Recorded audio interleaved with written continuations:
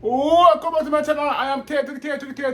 But welcome back to K-Barbie Action. Today I'm going to check out this video. It's called The Best Anime Fight of Each Season from 2022 to 2023. So without further ado, let's get into this video quick and fast and see what I want.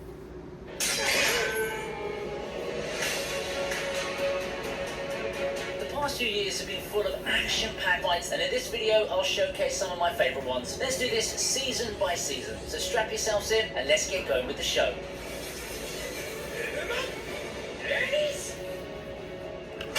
I want to see if I ever saw any of these. I actually saw one of these. No.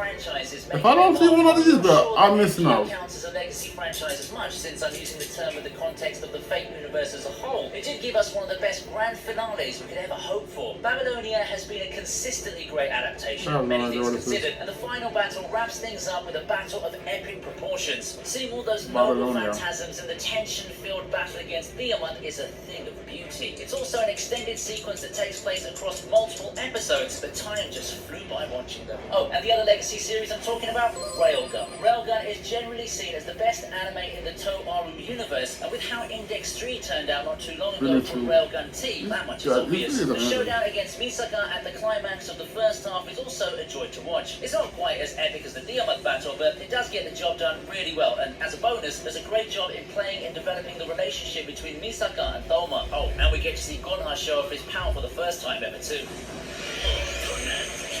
Okay, I have no idea what this is. I gotta check this out.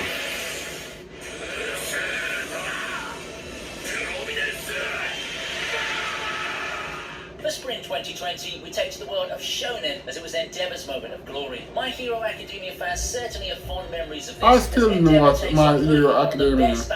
I watched that a couple of episodes of it. Fans may not have as much emotional attachment to Endeavor compared to All Might. This fight seems to be the turning point in the perception of him. It's all sorts of awesome, and it's here that we first got to see what a cool hero Endeavor really is. In terms of animation, however, few can match what we got from Oya and the Masked Outcast. It's a fight that I've often discussed on this channel, and it's not quite as popular actually due to being in a very niche anime. Still, just take a look at the clip for yourself and see how quick, how fluid, and how well animated everything is. It's truly one of the best hand-to-hand fights in anime of all time. Before we end the season, how about giving some love to the fight that put Gleipnir on the map? Shuichi versus Hikawa turned a lot of heads that time, and for good reason too. Who knew that the epic fight animation and the gripping sequences in this battle was only a preview of the other awesome things the anime would give us?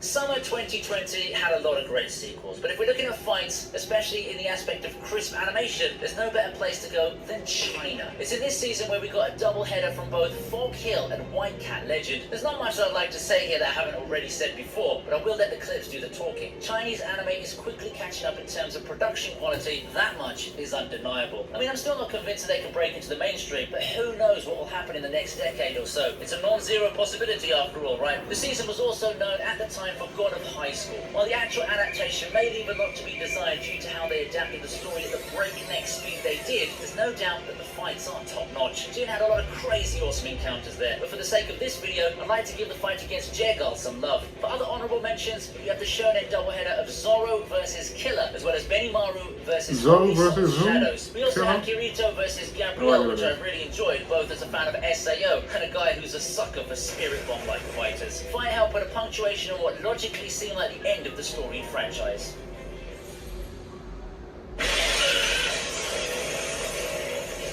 Oh my 2020 saw the rise of the next big thing in shonen, Jujutsu Kaisen, and it didn't waste much time getting its feet on the gas. Banger fight, and its first half alone brought us stuff like Yuji and Nanami versus Mahito. Captains also clashed in Black Clover, and while it's only a preview of the awesomeness that's about to come, it feels so good seeing everyone go all out. A true heavyweight showdown for Black Clover fans to remember. New Team 7's not going to let themselves be outshined, however, and their fight with D-Bar was likewise awesome. Naruto? Oh, I mean it's Naruto.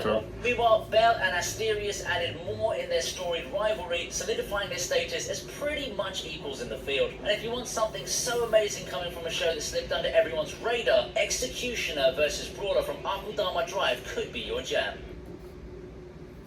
With new Cascade Platinum Plus, I load this and get this. Dare to dish differently. Whenever heartburn strikes, get fast relief with Tums.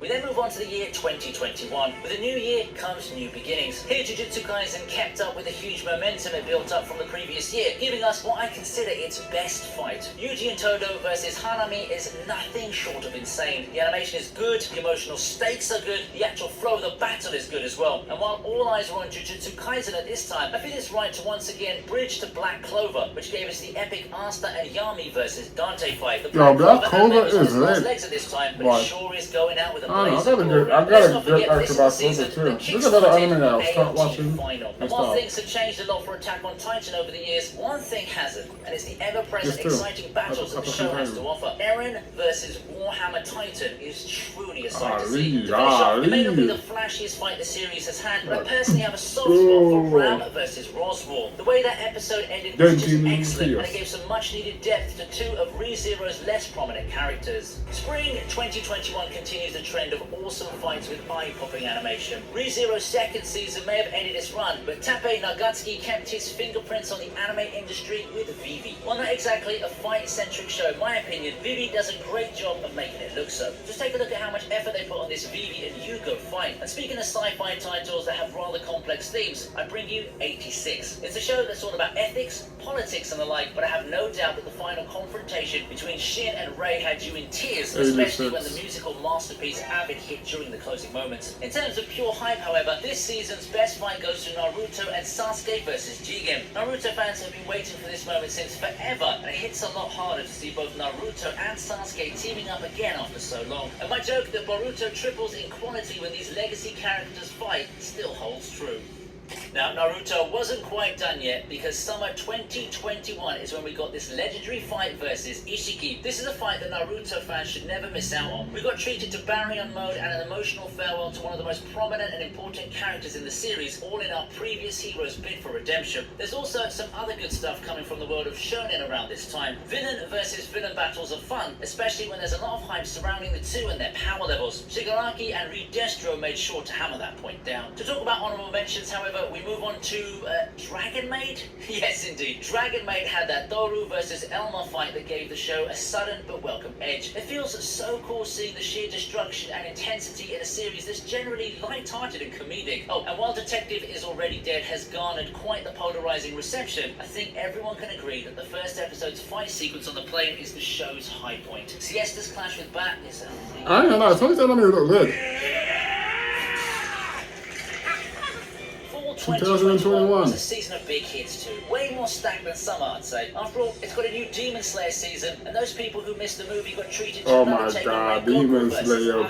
bruh. It's all throughout. If and you are not every watching fight, Demon even with Slayer, Demon you are standards, and missing it's out. the attraction that moviegoers looked for when they helped Infinity Train break all those records left and right. Can I just comment on how lucky TV anime viewers are for getting to experience this fight too? Granted, I think it just looks Did I saw this better fight? on a big screen, but still. I think I Mushoku did. Tensei also had one of its most gripping fights in the Oh, yeah, I watched this. versus Orsted. This By all was means, good. It's a squash match, but the battle did such a great job of evoking emotions in viewers. The acting and the subsequent emotional stakes created by the fight, there's nothing like this in Mushoku Tensei up until that point. It's truly a notable sequence. Now let's I not remember forget that. one of the biggest sleeper hits of the year, Ranking of Kings. It's so overlooked, Okay. but turned out to be one of the best shows to come out that year. And as for its fights, there are a lot of great examples. But I'm going to go ahead and give Dorsch versus Hound some love. But there are other I'm going to contenders that I this wouldn't mind anime. putting as its No. best battle.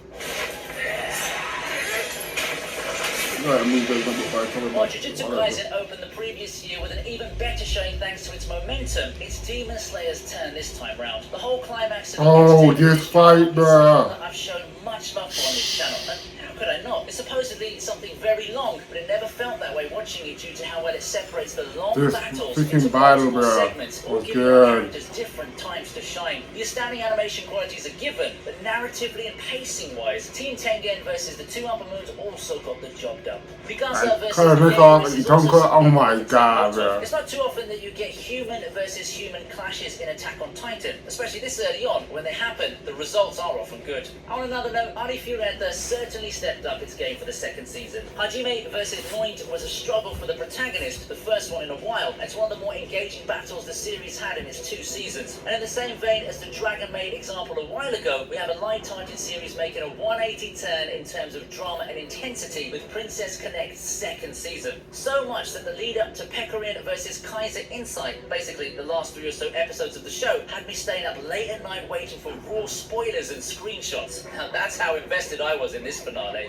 Really? Right, before we move on, how about hitting that like button if you like what you've been seeing so far? Likes and interactions make for some good algorithm and it helps the video do better. And that way, I can also know that you love these kinds of videos and will make more.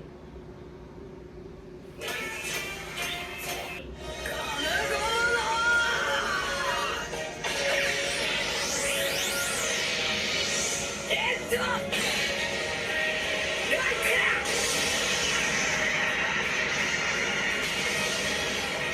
2022. If you're looking for something that delivers on the hype, on the build-up, on the story, look no further than my pick for spring 2022. Worst Generation versus Kaido and Big Mom. For so many years, so many seasons, it's been building up to this showdown of epic proportions. The great Kaido and Big Mom have formed an unholy alliance, and it would take the strongest opponents to defeat them. Turns out Luffy and the Worst Generations are more than up to the task, giving us episode after episode of goosebump-inducing action sequences, dialogue, and drama. Sure, One Piece is nowhere near over, but this really had that big fight feel that makes damn right there's nowhere near being over to One Piece is long as hell. Didn't exactly blow the world away, but that Uta versus Undertaker sequence was a good example of cinematic masterclass in terms of how camera direction drives up immersion. There's also there is no end to One Piece. I swear to God. Vampire in the Garden. Summer 2022 also brought us some underrated hits. At the forefront of it was Summertime Render. For such a good show, it gets so little traction. A complete journey that's full of I think I watched that too. Not to mention some shadow action scenes that can give shonen hits a run for their money. I love the final battle to death, but I think that the best one amongst the fights would be Humans versus Shadows in the school. A complete team effort that showcased the power and resilience of humanity in spite of physically being outmatched. Icarus Recall, on the other hand, took the anime world by storm, seemingly out of nowhere. But the show just works, and while the main attraction for me is the characters and how alive they are, pun intended, thanks to its dialogue, it's no slouch in fights. The final where Chisato faces off against Majima is still something I rewatch when I'm in the mood for it. And before leaving this season, I'd like to give a shout out to Team Ruby versus Nightmare Blake.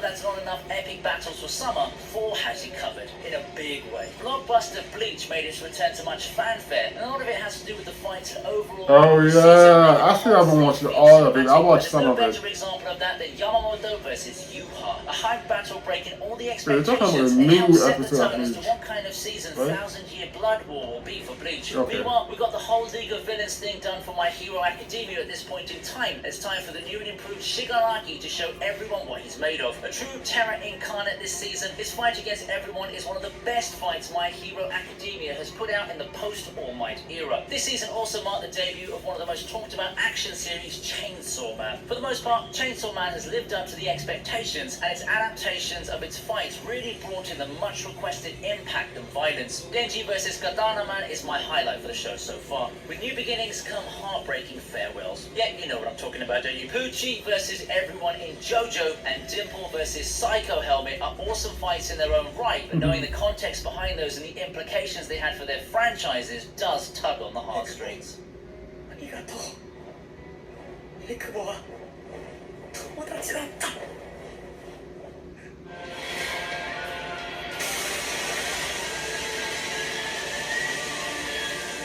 Thus, we enter 2023. Familiar territory now, isn't it? How did last season hold up for you? Well, for me, it felt really good seeing Boruto finally get his shine in a solo fight against Gabaki. It feels like a coming out party for our protagonist, who's been overshadowed by a lot of fellow characters in his own series, it seems. Yeah, for real. To see some awesome solo Boruto acting, and 2023 gave us just that. I also quite like the new Trigun. It doesn't feel as magical as the original, but the Knives versus Vash fight was something to take note of. Speaking of things that aren't as hype but still managed to hold out well in terms of quality. We've got Lady Nagant versus Deku. Lady Nagant doesn't carry as much of a presence as Shigaraki, but this fight against Deku really sold you on the idea of her as an awesome character. So while going from Shigaraki's rampage to this might seem like a downgrade, the fight itself slams that idea shut. Kaido's also still not done. I do think the fight involving the worst generation has a lot more highlight potential to it. This battle against Luffy and Yamato is likewise lit. It's the ultimate tag team that knocked Kaido down a peg and further. Yeah, I don't know if it's lit for me because I didn't want. I'm not this far ahead in One Piece. Now, at the time of writing, spring 2023 isn't done yet, and I'm going to make a separate video just for it soon. Another decent video from the YouTube. Let me know what you think about the video in the comment section down below. Until next time, like, comment, share, and subscribe. Until next time, I'm out of here.